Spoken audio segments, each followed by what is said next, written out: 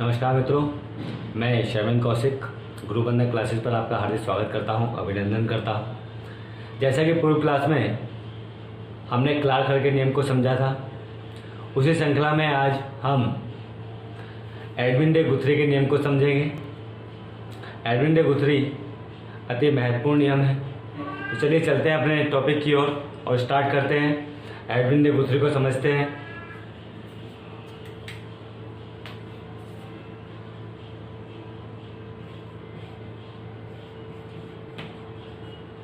Edwin day गुथरी।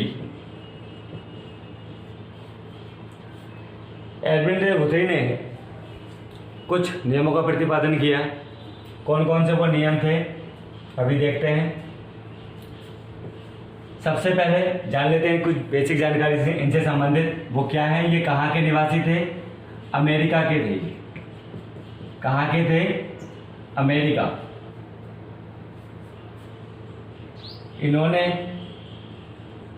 अधिगम का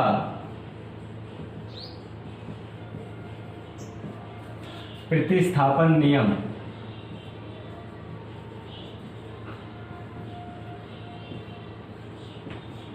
का प्रतिपादन किया।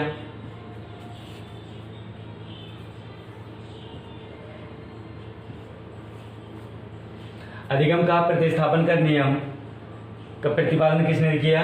एडविन डे गुथरी ने किया। कब किया था? 1936 में किया था। कब किया था? 1936 में किया था। अगर हम बात करें इनके प्रयोग की, किस चीज की? प्रयोग। इन्होंने दो चीजों पर प्रयोग किए। किस किस पर? एक तो बिल्ली पर और दूसरा है सफेद रंग का खरगोश। सफेद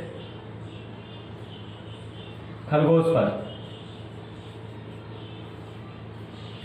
इन दोनों चीजों पे क्या किया है? एडविन रे गुथरी द्वारा प्रयोग किया गया है। एक और था, किस पर प्रयोग किया है? अपने पुत्र पर भी इन्होंने प्रयोग किया है। अपने पुत्र पर। पुत्र का क्या नाम था? पुत्र का नाम था पीटर। क्या नाम था? पीटर। ये सारी जो थ्योरी है ये गुथरी से रिलेटेड है। इससे बाहर आपका कोई भी क्वेश्चन नहीं जाने वाला है। अब यहाँ पे एग्जामिनर क्या क्वेश्चन बना सकता है? क्वेश्चन बना सकता है एडविन डे गुथरी कहाँ के निवासी थे? तो आप कह सकते हैं अमेरिका के निवासी थे। इन्होंने इस पर प्रयोग किया तो आप कह सकते हैं इन्होंने बिल्ली पर प्रयोग किया था, सफेद खरगोश पर प्रयोग किया था और अपने पुत्र पीटर पर प्रयोग किया था। ये आप कह सकते हैं। अगला क्या बनता है क्वेश्चन इसमें? अगला क्वेश्चन बनता है इन्होंने किस किस सिद्धांत का प्रतिपादन किया? तो आप क्या कहेंगे? इन्होंने अधिगम का प्रतिस्थापन सिद्धांत का प्रतिपादन किया, जिसके कुछ अन्य उपनाम भी हैं। जिसके कुछ अन्य उपनाम भी हैं। वो उपनाम कौन कौन से हैं?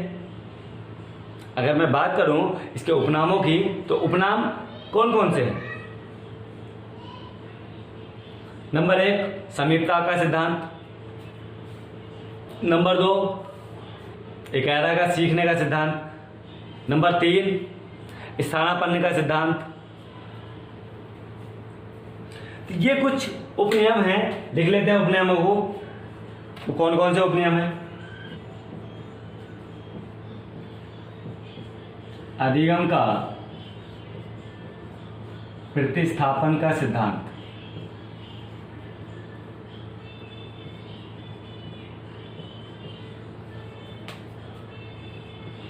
प्रतिपादन कौन है इसके? एडविन रे गुथरी। इसके उपनाम कौन कौन से हैं? उपनाम उपनाम है इसके नंबर 1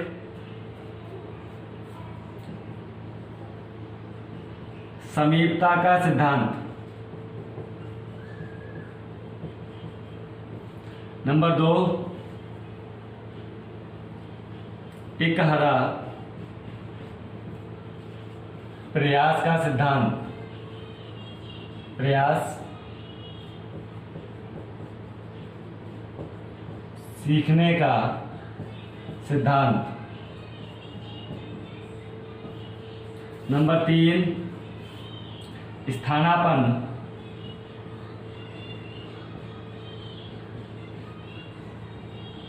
का सिद्धांत।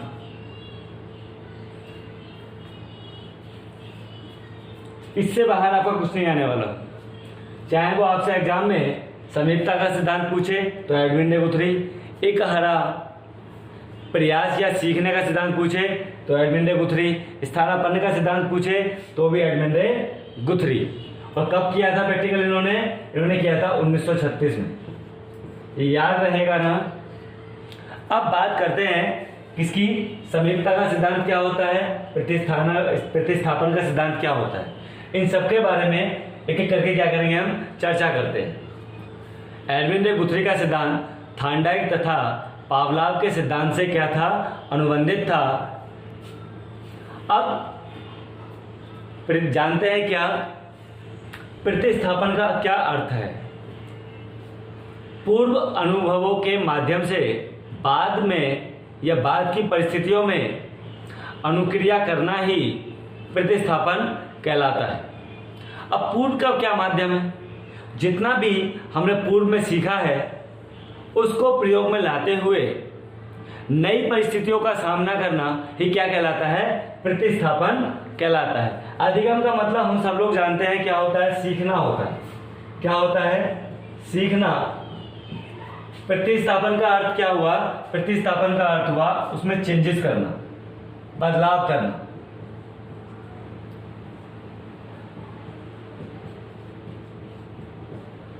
व्यक्ति कब सीखता है, जब उसके पास कुछ अनुभव होता है, कुछ उसका अनुभव मिलेगा और कुछ क्या होगा, वो नई परिस्थितियों के हिसाब से सीखेगा, तभी वो क्या कहलाएगा, अधिगम का प्रतिस्थापन सिद्धांत कहलाता है। कैसे, अगर मैं एग्जाम्पल की बात करूं, गुरुजी द्वारा सवालों को सिखाना।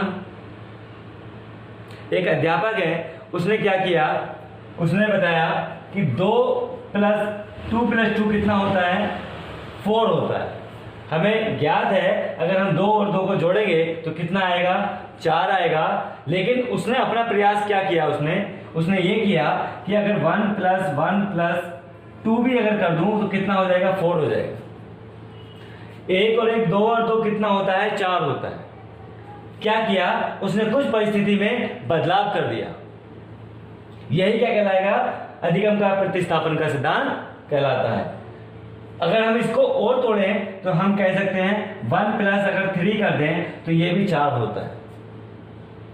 गुरुजी ने तो ख्याल इतना सिखाया था कि 2 और 2 को जोड़ेंगे तो 4 होगा। लेकिन ये जो 2 एक्सपेरिमेंट किए गए ये बालक द्वारा किए गए। किसके द्वारा, बालक द्वारा प्रयास किया गया और उसमें क्या कर दिया गया, चेंजेस कर दिए गए। बालक ने एक प्रयोग और करके देखा, क्या 1 + 1 + 1 + 1 बराबर 4 होता है। ये भी क्या किया, बालक ने एक्सपेरिमेंट करके देखा।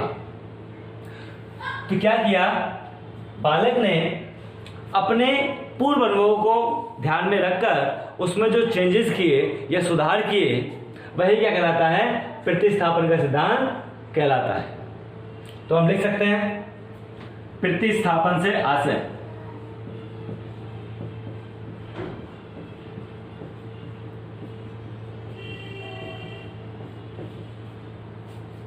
एडविन डे गुथरी के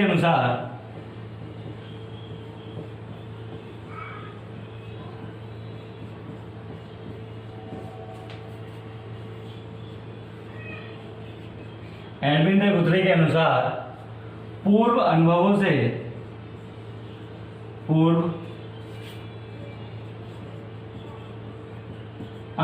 के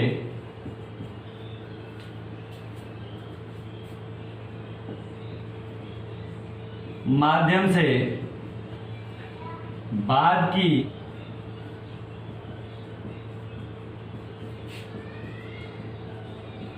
परिस्थितियों अनुक्रिया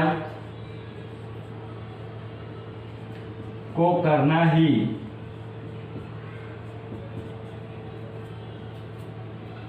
प्रतिस्थापन कहलाता है।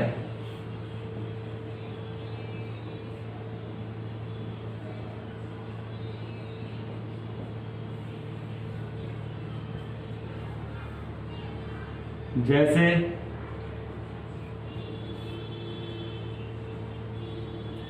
अध्यापक द्वारा बताए गए गणित के सवालों को अपने पूर्व अनुभवों के आधार पर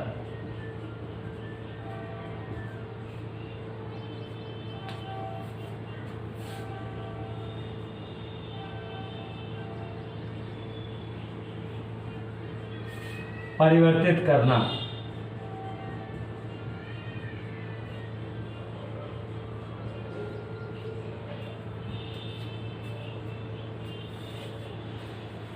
समझ में आ गया?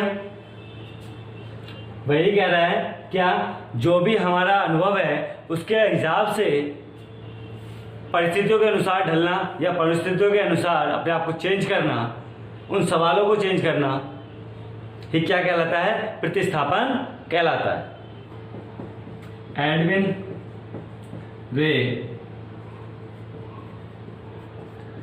गुथरी के अनुसार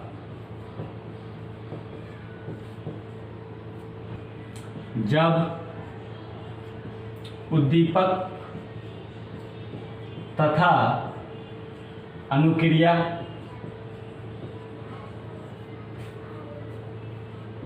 दोनों ही एक साथ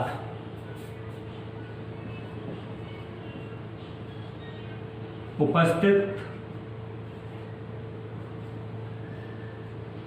हो जाएं तो दोनों के मध्य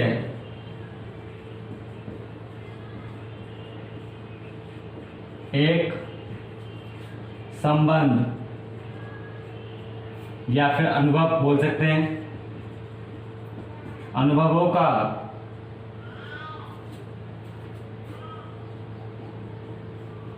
निर्माण हो जाता है या होता है। अतः उसी संबंध या अनुभव का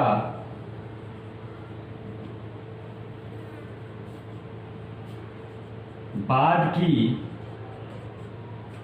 परिस्थितियों में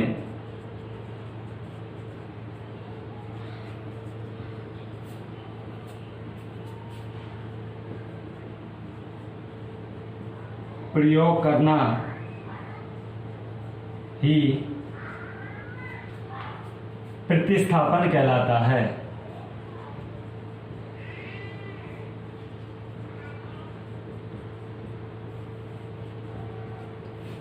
ये गुथरी की परिभाषा है। गुथरी क्या कहते हैं? जब उद्दीपक और अनुक्रिया दोनों ही एक साथ मिलेंगी तो क्या होगा? दोनों के बीच में एक संबंध स्थापित होगा। क्या होगा? एक संबंध स्थापित होगा और उस संबंध का प्रयोग बाद की जो भी परिस्थिति होंगी उसमें उनका प्रयोग किया जाएगा और उस परिस्थिति के अनुसार जो हम प्रयोग करेंगे वो क्या कहलाएगा? प्रतिस्थापन कहलाएगा। लोहे की गर्म छड़ का हाथ से स्पर्श करना,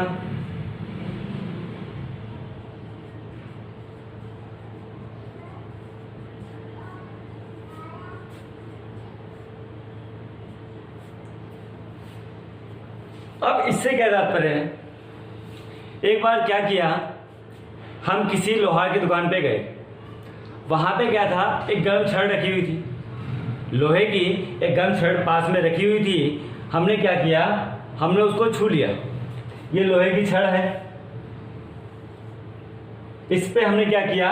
हाथ का स्पर्श किया, हाथ से स्पर्श कर दिया और जैसे ही हमने इसको स्पर्श किया ये हमें क्या लगी? गर्म लगी। क्या लगती है ये? गर्म। अब जैसे ही ये गर्म लगी, हमने क्या किया, हमारा हाथ तुरंत पीछे हट जाता है। क्या हो जाता है, हमारा हाथ पीछे हट जाता है। क्या हुआ, उसमें प्रतिस्थापन की क्रिया हुई। क्या, उद्दीपक भी मिला और अनुक्रिया भी हुई। क्या हुआ, उद्दीपक भी था और वहां पर अनुक्रिया भी थी। अनुक्रिया जब हमने उसको हाथ से छुआ, उद्दीपक लोहे की छड़। तो जब दोनों चीजें आपस में मिल गई तो क्या मिला, प्रतिस्थापन मिला। क्यों मिला प्रतिस्थापन, जैसे ही लगा तुरंत हमारा हाथ क्या हो जाता है, पीछे की ओर हट जाता है। अब हमारे दिमाग सेट हो चुका था, जैसे ही हम गर्म छड़ को देखते तो हमारे दिमाग में एक ही चीज आती थी, क्या, कि कहीं ये छड़ गर्म तो नहीं है। और हमारा जो हाथ था वो बार बार उससे छूने से क्या होता था, डरता था, कहीं ऐसा ना हो कि ये गर्म हो। ऐसा क्यों हुआ, ऐसा इसलिए हुआ क्योंकि हमने खुद अपने अनुभवों के अनुसार उसको भाप लिया था। एक दूसरा उदाहरण देख लेते हैं। दूध का जला छाछ को भी फूक फूक कर पीता है, ऐसा क्यों। कोई व्यक्ति था, गरम गरम दूध था, जल्दी जल्दी पी लिया तो वो क्या हुआ, अंदर से जल गया। और जब उसके सामने दूसरी बार मट्ठा सामने आता है, छाछ सामने आती है, तो उसको में भी क्या करता है, वो फूक मार के देखता है, बोले कहीं गर्म तो नहीं है। चलिए लिख लेते हैं इसको भी।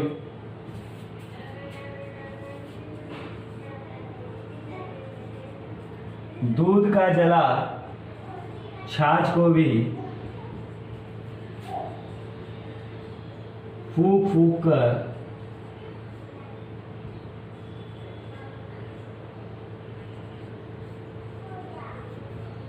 पीता है।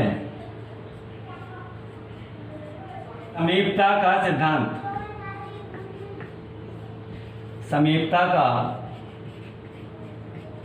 सिद्धांत। समीपता का सिद्धांत क्या है, एडविन रे गुथरी के अनुसार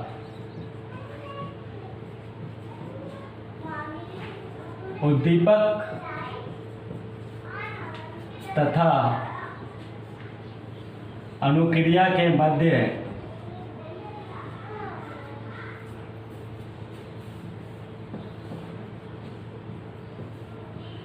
समीपता होनी चाहिए।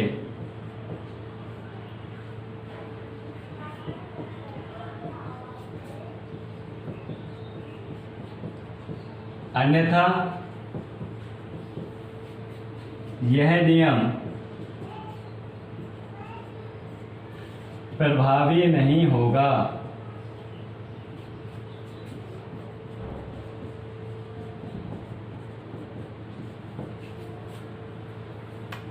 गुथरी जी क्या कहते हैं, यदि उद्दीपक और अनुक्रिया साथ साथ नहीं होंगी तो यह नियम प्रभावी नहीं होगा। जैसे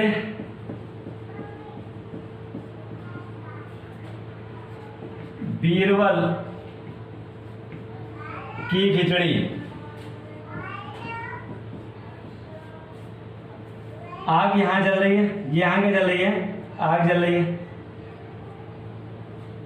ये क्या है, आग, ठीक है।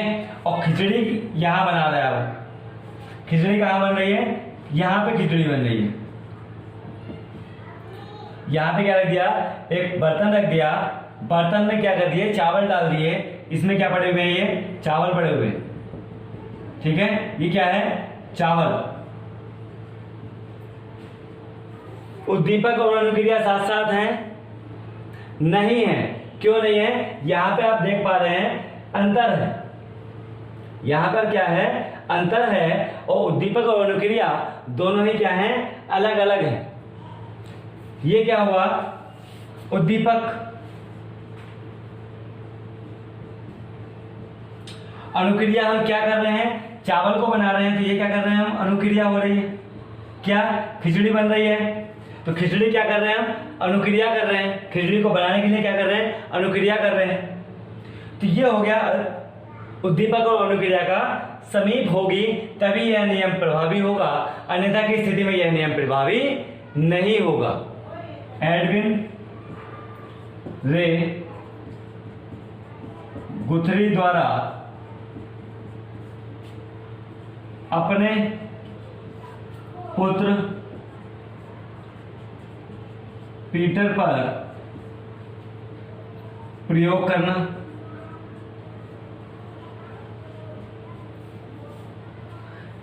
एडविन de गुथरी ने अपने पुत्र पीटर पर प्रयोग किया था।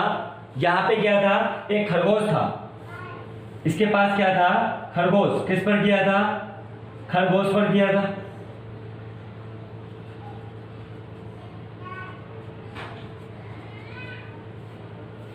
और खरगोश भी कैसा था, सफेद रंग का था। कैसा रंग का था, सफेद रंग का खरगोश था। एडविन de गुथरी द्वारा अपने पुत्र पीटर पर प्रयोग करना। पीटर के पास क्या था, खरगोश था, और खरगोश भी कैसा था, सफेद था। इन्होंने क्या किया, गुथरी जी यहां बैठे हुए थे, यहां पे सभी परिवार के कहते हैं कि मेज थी रखी हुई, ठीक है, एक ये मेज है और यहां पे गुथरी जी बैठे हैं। यहां पे इनके परिवार के सभी सदस्य बैठे हैं, परिवार के सदस्य, ठीक है। इस मेज के चारों ओर क्या बैठे थे, यहां पर सारे लोग बैठे हुए थे। यहां पे पीटर बैठा था। कहां पर, यहां पर पीटर बैठा हुआ है। और हमने खरगोश को कहां बिठाया, यहां बिठाया। खरगोश को कहां बिठा दिया, यहां बिठा दिया। और पीटर और बीच में क्या समीपता है, इन दोनों के बीच में, क्या इन दोनों के बीच में समीपता हो पा रही है, नहीं हो पा रही। यहां पे क्या था, यह नियम प्रभावी नहीं होता है। फिर क्या किया, गुथरी जी ने इस खरगोश को यहां से हटाया, यहां की अपेक्षा कहां कर दिया, यहां कर दिया।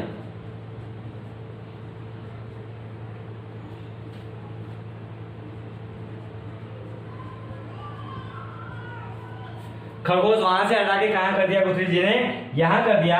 अब आप देख पा रहे हैं यहां और यहां में समीपता दर्शा रही है। तो ये क्या हुआ, पास में हो गए और यहां पर ये नियम लागू हो जाता है। कौन सा नियम, समीपता का नियम। दो प्रकार के हमने पढ़ाए हैं। कौन कौन से पढ़ा रहे हैं, एक तो व्यवहारवादी और एक संज्ञानात्मकवादी। संज्ञानात्मकवादी इसके बाद स्टार्ट होगा।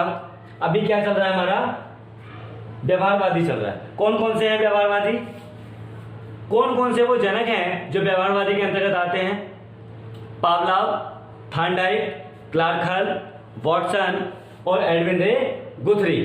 ये 5 ऐसे जनक हैं जो व्यवहारवादी के अंतर्गत आते हैं। एडविन रे गुथरी ने अपने सिद्धांत का प्रतिपादन करने हेतु सिद्धांत का प्रतिपादन करने हेतु बिल्ली पर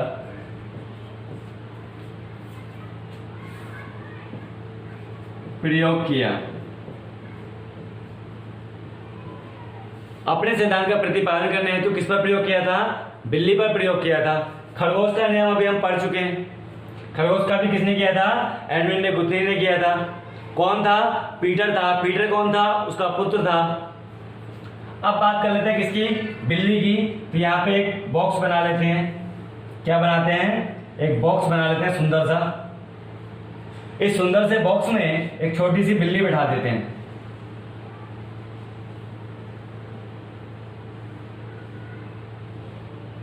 भाई देखो ड्राइंग तो बहुत बढ़िया है नहीं, लेकिन जैसा बन जाए आप समझ लेना बिल्ली है ये बस।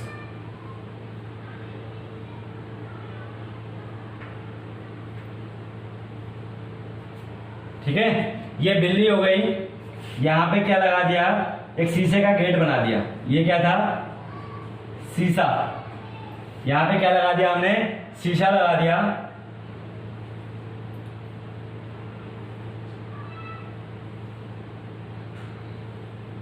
और यहां क्या लगा दिया, एक बल्ब लगा देते हैं। ठीक है, ये क्या बन गया आपका,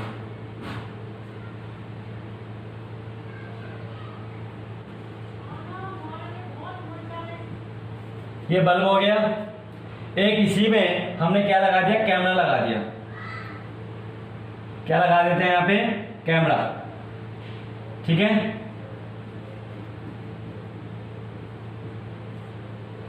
और यहां पे क्या रख दी गई, एक छड़ रख दी गई।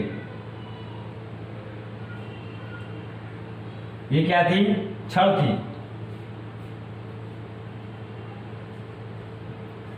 ये छड़ किसका संबंध किससे था, इस रास्ते से था।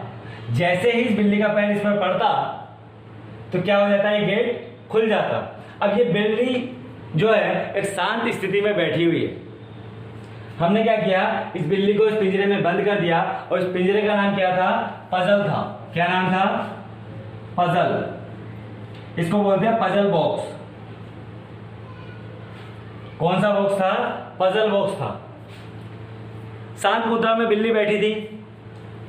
बिल्ली के सामने क्या था, एक छड़ थी। ये छड़ एक लीवर था, लीवर का कार्य कर रहा था। जैसे ही इस बिल्ली का पंजा इस छड़ पर पड़ता तो क्या हो जाता, ये लीवर उठ जाता और गेट खुल जाता। अब ये बैठी है आराम से। अब इस बिल्ली के दिमाग में क्या आया, इसका पैर कौन सा वाला है, ये दायां पैर। ठीक है, बिल्ली ने कौन से पैर का यूज किया था, दाएं पैर का, दाहिने पैर का प्रयोग, दाहिने पैर का प्रयोग दरवाजे को खोलने के लिए किया गया।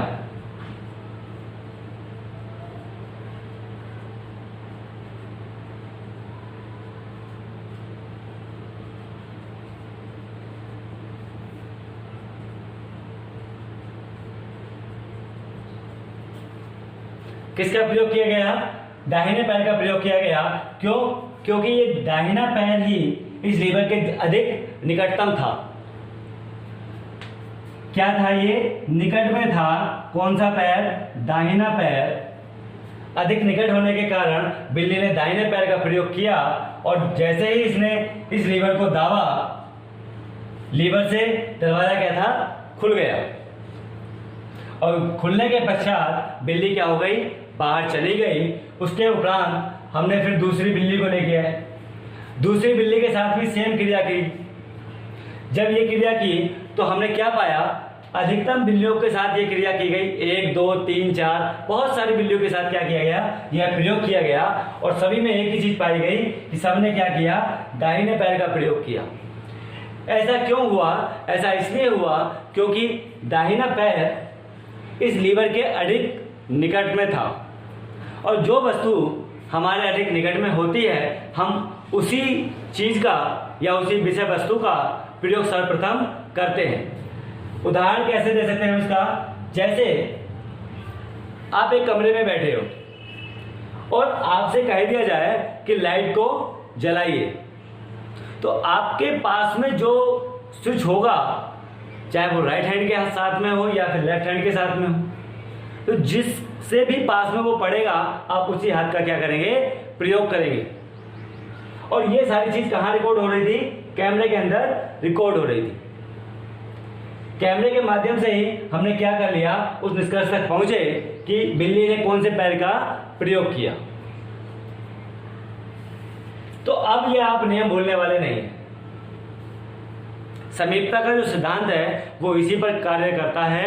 जो निकट अगर होगा तो क्या होगा, हमारा समीपता का सिद्धांत लागू होगा। अगर दूर होगा तो समीपता का सिद्धांत लागू नहीं होगा। यह नियम कब किया गया, तो इसे लिख लीजिए 1946 में। ठीक है, बिल्ली पर प्रयोग कब किया गया था, बिल्ली पर प्रयोग 1946 में किया गया। तो मित्रों, व्यवहारवादी जनकों के बारे में हम संपूर्ण पढ़ चुके हैं। इन जनकों के बाहर आपका कुछ नहीं आने वाला है। अब कल जो हम पढ़ाएंगे वो पढ़ाएंगे संज्ञानवादी सिद्धांत। कौन से, संज्ञानवादी सिद्धांत, जिसमें बंडूरा होंगे और बहुत सारे होंगे। कल की क्लास में हम बताने वाले हैं क्या, संज्ञानवादी सिद्धांत के बारे में, और संज्ञानवादी के से संबंधित जो जितने भी जनक हैं सबको हम विस्तार पूर्वक पढ़ने वाले हैं। ये क्लास आपको कैसी लगी, एक बार लाइक और शेयर जरूर कर दें। धन्यवाद।